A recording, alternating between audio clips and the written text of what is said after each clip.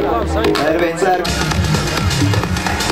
un Ērglis seko un Raivo, Ērglis ir priekšgalā, Raivo seko. Distancē diezgan tuva.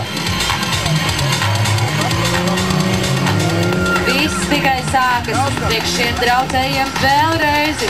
Es domāju, ka šis brauciens varētu būt diezgan labs, tāpēc, ka viņi ir iesildījušies pirmajā un tā viņi uzdos riktīgi kārtīgi. Paskatīsim. Tieši tā.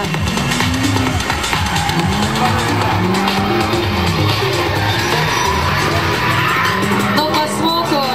Pa smuko, jā.